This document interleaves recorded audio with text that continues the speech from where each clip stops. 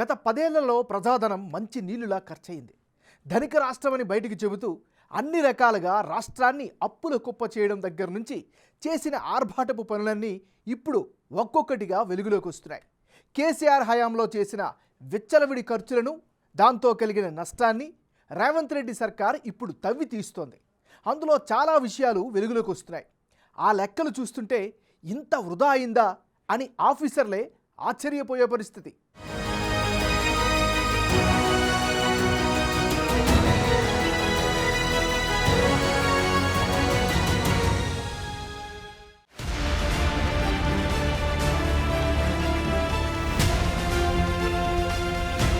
కేసీఆర్ హయాం నాటి ఆర్భాటాలపై ఫోకస్.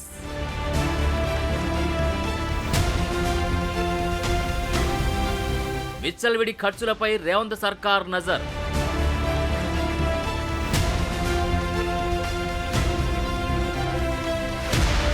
ముందు ఖర్చు, ఆ తర్వాతే పరిపాలన అనుమతులు.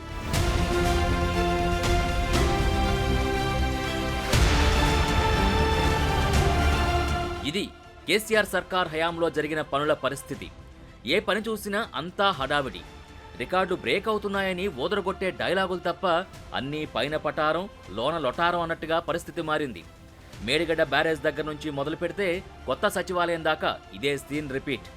తక్కువ టైంలో ఎక్కువ పని చేశాం, రికార్డు సమయంలో పనులు పూర్తి చేశామన్నట్టుగా ప్రచారాలు జరిగాయి.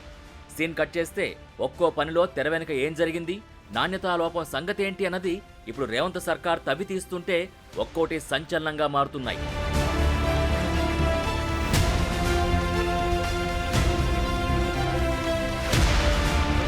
ప్రతిపాదనలు సరిగా చూసేది లేదు.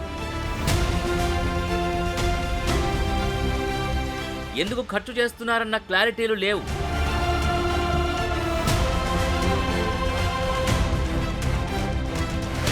క్రాస్ చెక్ చేసే టైం కూడా ఇవ్వలేదా? కేసీఆర్ హయాంలో కీలక పనులకు సంబంధించి జరిగింది ఇదే అంటున్నారు ఆఫీసర్లు. గత ప్రభుత్వం ఏ పెద్ద నిర్మాణ పని చేసినా అందులో చాలా లాజిక్లు మిస్ అయినట్టే కనిపిస్తున్నాయి. ప్రగతి భవన్ దగ్గర నుంచి సెక్రటేరియట్ దాకా ఇదే సీన్ కనిపిస్తోంది. అవేంటో ఓసారి చూద్దాం.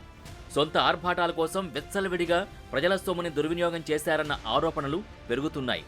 గత 10 ఏళ్లుగా ప్రగతి భవన్ నిర్వహణ, అందులోని నిర్మాణాల ఖర్చు వ్యవహారంపై హాట్ డిబేట్ నడుస్తోంది.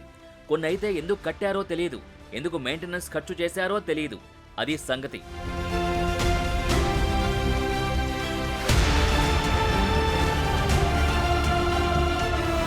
గత సీఎం క్యాంప్ ఆఫీస్గా ఉన్న ప్రగతి భవన్ ఆవరణలో 2 కోట్ల ఖర్చుతో బ్యాడ్మింటన్ కోర్టు నిర్మించారు.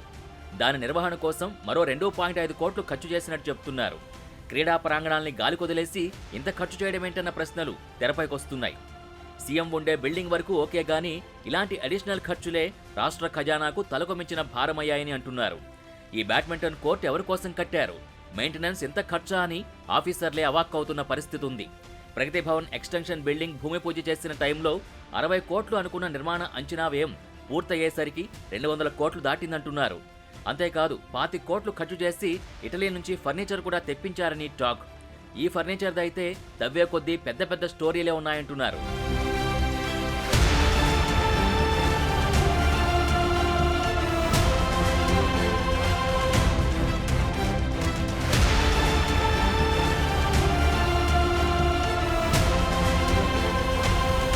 ఇటలీ నుంచి తెప్పించిన ఫర్నిచర్ టెండర్ లేకుండా కోర్టు పెట్టి కొనుగోలు చేయడం అప్పట్లో అధికారుల మధ్య వివాదానికి దారితీసినట్టు చెబుతున్నారు.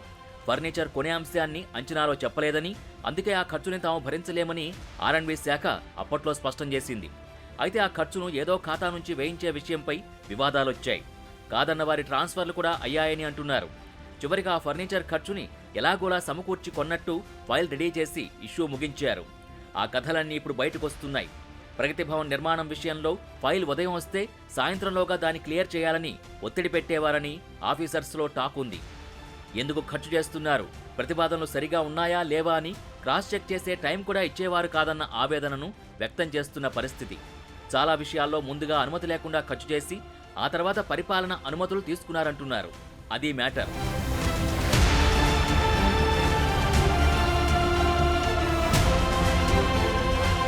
గతేడాది డిసెంబర్ 5 వరకు ప్రగతి భవన్ చుట్టూ రాత్రింబవళ్లు పోలీస్ పహారా ఉండేది. అనుమతి లేందే ఎవరిని లోనికి పంపేవారు కాదు.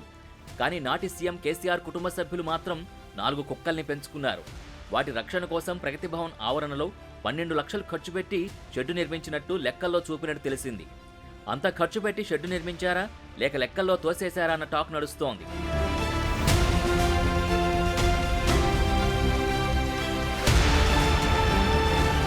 ఇక కొత్తగా కట్టిన సెక్రటేరియట్ పరిస్థితి కూడా అలాంటిదే. అంచనాలు మూరెడు, ఖర్చు బారెడు అన్నట్టుగా కథలు నడిచాయని అంటున్నారు. అమెరికా వైట్ హౌస్ని తలదన్నేలా ఉందన్నారు. మేధావులు, ఇంజనీర్లు అబ్బురపడ్డారన్నారు. కేవలం 20 నెలల్లోనే సచివాలయం పూర్తి చేశారని ఘనంగా చెప్పుకున్నారు. అత్యాధునిక టెక్నాలజీ అన్నారు. 100 ఏళ్ల వరకు చెక్కు చెదరకుండా నాణ్యతా ప్రమాణాలు పాటించామన్నారు. అద్భుత సౌధమన్నారు. దేశంలోనే తొలి గోల్డ్ రేటెడ్ సెక్రటేరియట్ బిల్డింగ్ కాంప్లెక్స్గా నిలిచిందన్నారు. ఎంతో అన్నారు.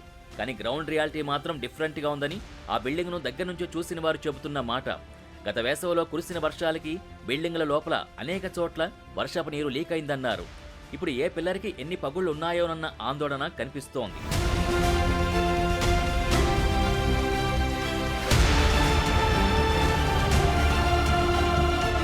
కొత్త సెక్రటేరియట్ అంచనాలకు 3 ఖర్చుతో నిర్మాణం చేశారు.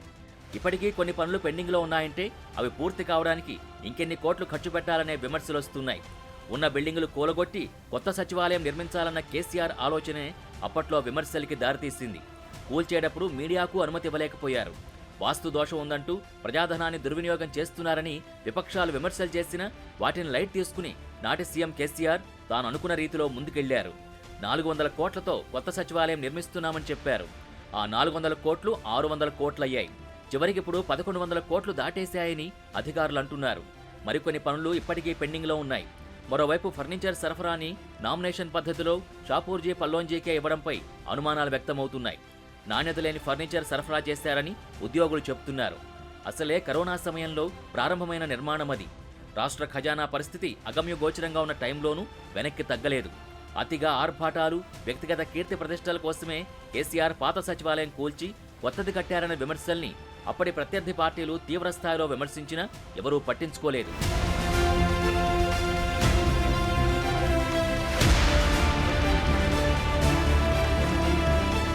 ఇప్పటికి జరిగిన వ్యయం ఒక ఎత్తైతే ఇప్పటికీ బిల్లులు పెండింగ్లో ఉన్నాయని అధికారులు అంటున్నారు.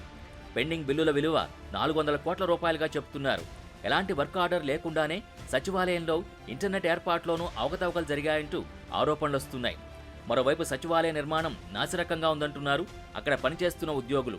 గట్టిగా 2 రోజులు కుండపోత వర్షాలు కురిస్తే నిర్మాణంలోని లోపాలు బయటపడతాయని భవన నిర్మాణ రంగ నిపుణులు అభిప్రాయపడుతున్నారు. సచివాలయం నిర్మాణ ఖర్చుని సమీక్షించాలనే డిమాండ్లు కూడా వినిపిస్తున్నాయి. తవ్వుతూ వెడితే ఇలాంటివెన్నో వెలుగు చూస్తున్నాయి.